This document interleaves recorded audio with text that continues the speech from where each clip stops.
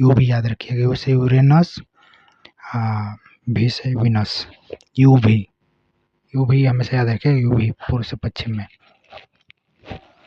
फिर कह रहा है कि विषुवत रेखा पर रात व दिन बराबर होते हैं।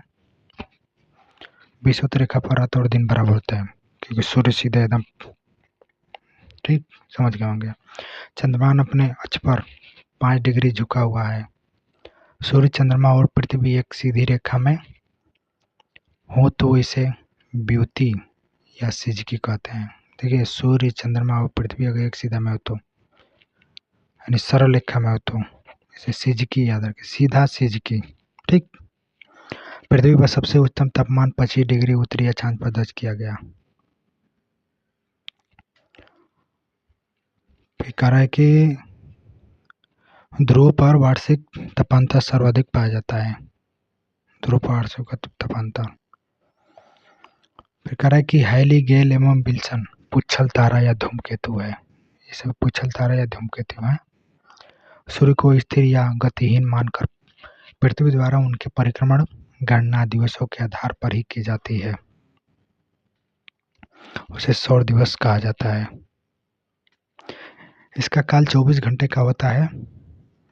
नक्षत्र दिवस और सौर दिवस में 4 मिनट का अंतर होता है। 4 मिनट, यानी 1 डिग्री में, बस बहुत टैलेंट है आप लोग भाई, 4 मिनट होता है। फिर कह रहा है कि चंद्र दिवस की अवधि 24 घंटा 50 मिनट की होती है। चंद्र दिवस की अवधि 24 घंटा 50 मिनट की होती है, एकदम याद रखिएगा। 1 डिग्री देशांतर विषुवत रेखा में 111.32 किमी होती है। अभी आप लोग इसका क्वेश्चन भी पढ़े हैं। देखिए, थोड़ा प्रॉब्लम है, थोड़ा सो नहीं पाया हूँ आज, थोड़ा परेशानी हो रही पढ़ने में। आगे पढ़ते हैं।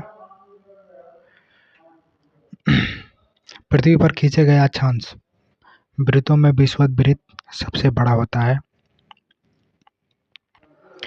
जिसे बृहद वृत्त कहते हैं। इसके अलावा सभी देशांतर रेखाओं को इसमें शामिल किया गया है।